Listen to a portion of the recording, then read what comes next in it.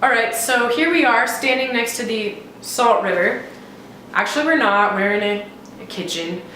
But sit back and imagine you're sitting on a rock, and the water is trickling and tumbling through your feet, and you look up to see immense canyon walls towering like skyscrapers, fiery red against a pure blue sky. This is the Salt River. It lies east of Phoenix, here, and it begins at the confluence or the meeting point of the Black and the White River. And it flows 300 miles west through sacred Indian ground. The Fort Apache tribe holds the reservation to the north, and the San Carlos Apache tribe holds the reservation to the south. So imagine the central importance this river plays in these Apache cultures. As you're wandering through this river and you come across these forests of giant cacti that stand much like this one right here. They can stand upwards of 20 feet and take several hundred years to form. It can take anywhere from 75 to 100 years to form a single arm, just like this one here. So this cactus, imagine it looking down at the river and seeing everything that has happened.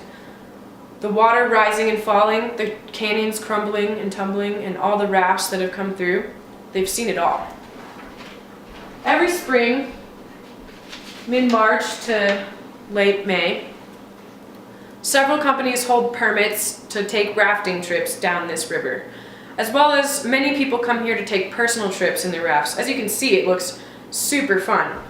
And this canyon itself, it's really pristine and beautiful, and the natural wonder that occurs here is just fantastic.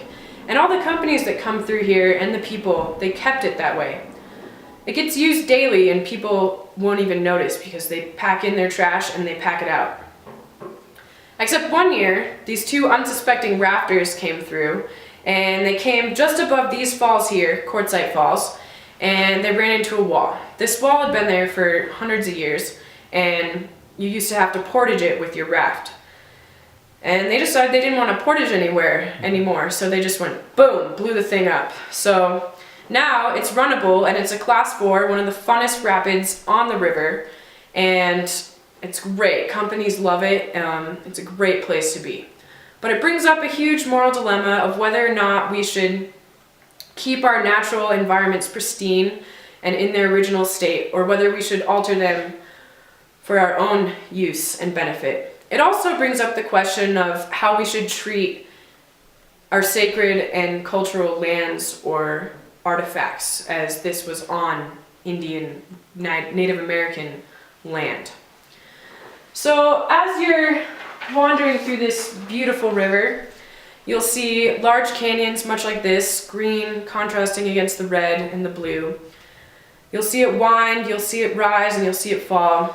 And everyone's experience will be different. You'll be with different people, you'll see a different river, but the only thing that stays the same is that it will all change. As Heraclitus once said, "No man will ever stand in the same river, for the river is never the same, and he is never the same man."